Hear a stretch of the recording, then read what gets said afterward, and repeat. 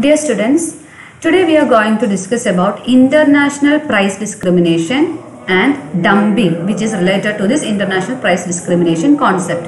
So in the previous class we have been explaining what is price discrimination, what are the different types of price discrimination, what are the different conditions upon which this price discrimination is made. So all these were discussed in the previous class, and today we are dealing with the price discrimination in international market, and it is termed as dumping. Okay, so this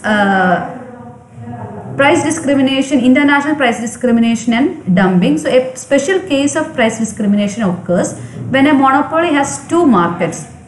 That is, one is home market and the other is foreign market. അപ്പോൾ രണ്ട് market condition നമ്മൾ assume ചെയ്യുന്നു. അപ്പോൾ അങ്ങനെ ഒരു രണ്ട് market ഉള്ള ഒരു സിറ്റുവേഷൻ നമ്മൾ കൺസിഡർ ചെയ്യുന്നു.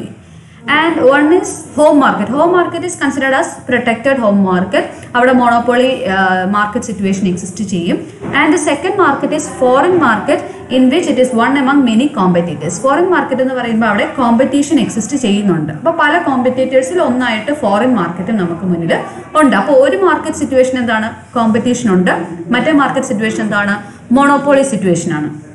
ഇനി നമ്മൾ ഫസ്റ്റ് കൺസിഡർ ചെയ്യുന്നു നമ്മുടെ home market. So a high price will not restrict sales at home as it would abroad since buyers at home cannot turn to other sellers. അപ്പോൾ ഹോം മാർക്കറ്റിൽ എന്താ സംഭവിക്കുന്നതെന്ന് വെച്ചാൽ മോണോപ്പൊളി സിറ്റുവേഷൻ എക്സിസ്റ്റ് ചെയ്യുന്നത് കൊണ്ട് തന്നെ പ്രൈസ് കുറച്ച് ഇൻക്രീസ് ചെയ്താലും സെയിൽസിനെ അത് കാര്യമായിട്ട് ബാധിക്കില്ല. കാരണം എന്താണ്?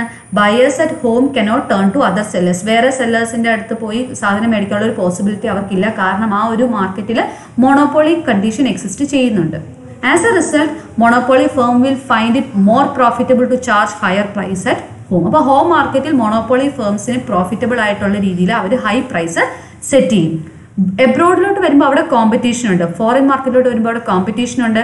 അവിടെ വേറെ ഇഷ്ടംപോലെ സബ്സ്റ്റിറ്റ്യൂട്ട് സെല്ലേഴ്സ് ഉണ്ട്. അതുകൊണ്ട് തന്നെ ഒരു പരിധിയിൽ കൂടുതൽ പ്രൈസ് സെറ്റ് ചെയ്ത് കഴിഞ്ഞിട്ടുണ്ടെങ്കിൽ അവിടെ ഈ ഫേംസിന് എക്സിസ്റ്റ് ചെയ്യാനായിട്ട് പറ്റിയില്ല. അപ്പോൾ എന്ത് ചെയ്യും? ഈ സെല്ലേഴ്സ് ഫോറിൻ മാർക്കറ്റിൽ ലോവർ പ്രൈസ് സെറ്റ് ചെയ്യും. And this type of price discrimination is known as dumping. That is dumping is nothing but international price discrimination. International മാർക്കറ്റിലോട്ട് അല്ലെങ്കിൽ ഇന്റർനാഷണൽ പ്രൈസ് ഡിസ്ക്രിമിനേഷൻ സിറ്റുവേഷനെയാണ് നമ്മൾ ഡംപിങ് എന്ന് പറയുന്നത്. സോ ഡംപിങ്ങിൽ what is happening is the sellers are selling the product at high price in the home market and the same product is sold at lower prices in the foreign market. So dumping occurs when a producer sells a commodity at high price in the foreign country that is lower than the price which he charges in the domestic market. അപ്പോൾ domestic മാർക്കറ്റിൽ low price ആയിരിക്കും charge ചെയ്യുന്നത്. And price discrimination of the dumping type is possible because domestic and foreign markets are separated from each other with geographical distance, tariff, quotas, etc. അതായത് ഈ ഒരു price discrimination possible ആണ് കാരണം home മാർക്കറ്റും foreign മാർക്കറ്റും fully separated ആണ്. അതിന് പല കണ്ടീഷൻസ് കൊണ്ടും ജോഗ്രഫിക്കൽ കണ്ടീഷൻ കൊണ്ട് തന്നെ അത് സെപ്പറേറ്റഡ് ആണ്. ഒരിക്കലും ഹോം മാർക്കറ്റും ഫോറിൻ മാർക്കറ്റും കൂടി ഒരുമിച്ച് വരാനുള്ള പോസിബിലിറ്റി വരില്ല. അതുപോലെ ഫോറിൻ മാർക്കറ്റുമായിട്ട് ബന്ധപ്പെട്ട് നോക്കുകയാണെങ്കിൽ കോട്ട, ടാരിഫ് പോലുള്ള ടാക്സ് റെസ്ട്രിക്ഷൻസുകൾ അവിടെ ഉണ്ട്. അപ്പോൾ അവിടെ ഈ ഒരു രണ്ട് മാർക്കറ്റ് സിറ്റുവേഷൻ എടുക്കുകയാണെങ്കിൽ പ്രൈസ് ഡിസ്ക്രിമിനേഷൻ അവിടെ പോസിബിൾ ആണ്. A simple case of dumping type of price discrimination when a producer is selling in the international market where he faces perfect competition while he has a monopoly in the domestic market is illustrated in the coming figure. നമ്മളൊരു figure വെച്ച് നമുക്ക് explain ചെയ്യാം. ഒരു simple type monopoly price discrimination ആണ്.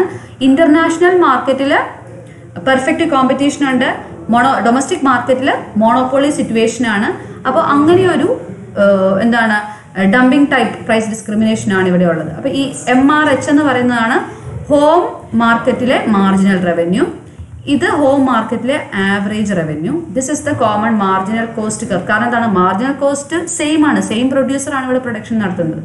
ഇനി foreign മാർക്കറ്റിൽ നമ്മൾ പറഞ്ഞു പെർഫെക്റ്റ് കോമ്പറ്റീഷൻ എക്സിസ്റ്റ് ചെയ്യുന്നുണ്ട്. അതുകൊണ്ട് തന്നെ average revenue marginal revenue coincide ചെയ്യും.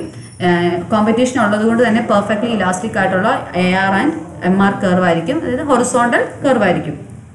Okay, now in the home market in which producer has a monopoly, average revenue is ARH, marginal revenue MRH. Both AR and MR is sloping downwards. ഇനി foreign മാർക്കറ്റിൽ perfect competition ഉള്ളത് കൊണ്ട് തന്നെ demand product is perfectly elastic. അതുകൊണ്ട് തന്നെ foreign മാർക്കറ്റിൽ AR കർവും MR കർവും horizontal straight line parallel to X axis ആയിരിക്കും and AR and MR coincide with each other. MC curve marginal cost curve ഇതാണ്. ദിസ് ഇസ് കോമൺ അല്ലേ? Marginal cost എന്ന് പറയുന്നത് സെയിം ആണ്, ഏത് മാർക്കറ്റിലാണെങ്കിലും പ്രൊഡ്യൂസർ സെയിം ആണ്. Now, aggregate marginal revenue is the, അപ്പോൾ ഇവിടെ നമുക്ക് മാർജിനൽ റവന്യൂ, ഇവിടെ ഒരു മാർജിനൽ റവന്യൂ ഇത്, ഒരു മാർജിനൽ റവന്യൂ ഇത്. അപ്പോൾ അഗ്രിഗേറ്റ് മാർജിനൽ റവന്യൂ എന്ന് പറയുന്നത് ദിസ് ഇസ് ദ, ഇതാണ് ഹോം മാർക്കറ്റിലെ മാർജിനൽ റവന്യൂ കർവ് പ്ലസ് ഇതാണ് ഫോറിൻ മാർക്കറ്റിലെ മാർജിനൽ റവന്യൂ കർവ്. അപ്പോൾ BGED ഈ ഒരു ഏരിയനെയാണ് മാർജിനൽ അഗ്രിഗേറ്റ് മാർജിനൽ റവന്യൂ എന്ന് പറയുന്നത്. മാർജിനൽ റവന്യൂ ഹോമിൻ്റെ ഉണ്ട് ഇവിടം വരെ, മാർജിനൽ റവന്യൂ ഫോറിൻ മാർക്കറ്റ് ഇങ്ങോട്ട് ജിയുടെ അപ്പുറത്തോട്ട്. അപ്പോൾ ഈ ഒരു വരയും ഈ ഒരു കർവും ഇത് രണ്ടും കൂടെ സം ചെയ്യുമ്പോൾ BGED എന്ന് പറയുന്ന ഏരിയ, ഒരു ജസ്റ്റ് ഒരു ലാറ്ററൽ സമ്മേഷൻ MRHും MRFും തമ്മിൽ. അപ്പോൾ അതാണ് അവിടുത്തെ അഗ്രിഗേറ്റ് മാർജിനൽ റവന്യൂ കർവ് എന്ന് പറയുന്നത്.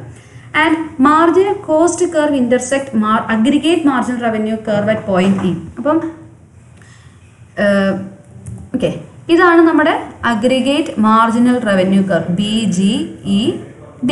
ഓക്കെ, ഇനി ഇതാണ് നമ്മുടെ മാർജിനൽ കോസ്റ്റ് കർവ്. അപ്പോൾ നമ്മുടെ ഇക്വിലിബ്രിയം കണ്ടുപിടിക്കുന്നത് എങ്ങനെയാണ്? MC = MR എന്നുള്ള കണ്ടീഷൻ വരണം അല്ലേ? അപ്പോൾ അത് എവിടെ വരും? MC = MR എന്ന് പറയുന്ന കണ്ടീഷൻ നമുക്ക് ഈ എന്ന് പറഞ്ഞ പോയിന്റിൽ മാർജിനൽ കോസ്റ്റും അഗ്രിഗേറ്റ് മാർജിനൽ റവന്യൂയും കൂടെ മീറ്റ് ചെയ്യുന്നുണ്ട്. So E is the equilibrium point. പിയുടെ കറസ്പോണ്ടിങ് ആയിട്ട് OM ആയിരിക്കും അവിടുത്തെ ഇക്വിലിബ്രിയം ഔട്ട്പുട്ട് എന്ന് പറയുന്നത്. ഇനി ഇത് ടോട്ടൽ ഔട്ട്പുട്ടാണ്. OM എന്ന് പറയുന്നത് total ഔട്ട്പുട്ടാണ്.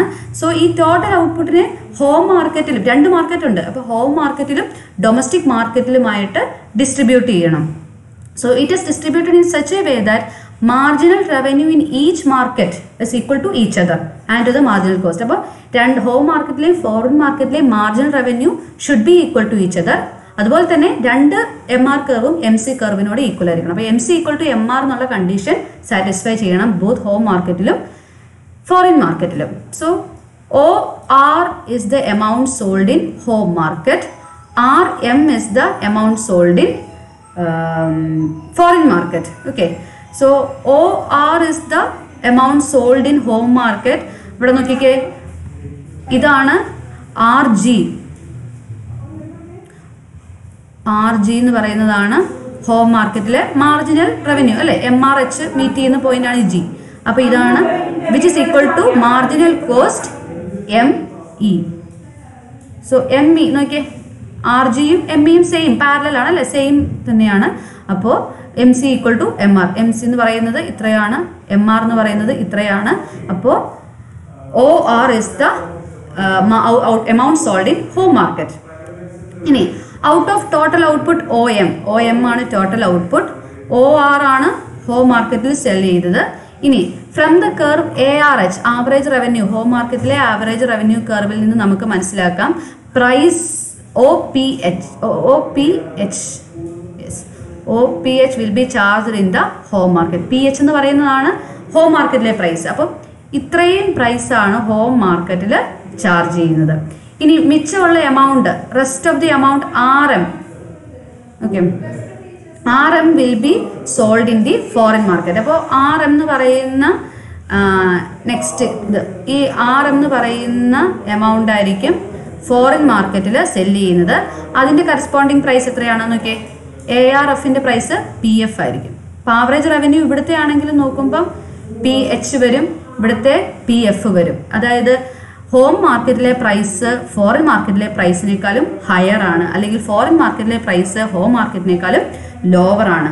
So the difference in price in home market and foreign market is due to the difference in price elasticity of demand. ഈ രണ്ട് മാർക്കറ്റിലെയും പ്രൈസ് ഇലാസ്റ്റിസിറ്റിയിലുള്ള ഡിമാൻഡ് കൊണ്ടാണ് അവിടെ രണ്ട് പ്രൈസ് വന്നത്. നമ്മൾ ഇന്നലെ കഴിഞ്ഞ ക്ലാസ്സിൽ പറഞ്ഞു പ്രൈസ് ഡിസ്ക്രിമിനേഷൻ ഉണ്ടാകുന്നതിനുള്ള പ്രധാന കാരണം പല മാർക്കറ്റ് ലെവൽ സബ് മാർക്കറ്റ് നമ്മൾ കൺസിഡർ ചെയ്യുമ്പം പല സബ് മാർക്കറ്റിൽ പല ബയേഴ്സിന്റെ ഇലാസ്റ്റിസിറ്റി ഓഫ് ഡിമാൻഡിൽ ഉള്ള വ്യത്യാസം വെച്ചാണ് നമ്മൾ പ്രൈസ് ഡിസ്ക്രിമിനേഷൻ വരുത്തുന്നത്. അപ്പോൾ ഇവിടെയും ഫോറിൻ മാർക്കറ്റിലും ഹോം മാർക്കറ്റിലും രണ്ട് ഇലാസ്റ്റിസിറ്റി ഓഫ് ഡിമാൻഡ് ആണ്. അതുകൊണ്ട് തന്നെ ഫോറിൻ മാർക്കറ്റിൽ ഹോം മാർക്കറ്റിനേക്കാളും ലോവർ പ്രൈസിലായിരിക്കും പ്രോഡക്റ്റ് അവൈലബിൾ ആക്കുന്നത്. So this is all about price discrimination in international market which is called dumping. Dump ചെയ്യുക എന്നുള്ളൊരു കോൺസെപ്റ്റ് വെച്ച്, അതായത് ഇന്റർനാഷണൽ മാർക്കറ്റിൽ കുറഞ്ഞ വിലയിൽ പ്രോഡക്റ്റുകൾ അവൈലബിൾ ആക്കുന്ന ആ ഒരു സിസ്റ്റത്തിനെയാണ് നമ്മൾ ഇന്റർനാഷണൽ പ്രൈസ് ഡിസ്ക്രിമിനേഷൻ, ആ ഒരു സിസ്റ്റത്തിനെ നമ്മൾ പറയും dumping. So this is all about international price discrimination. Thank U.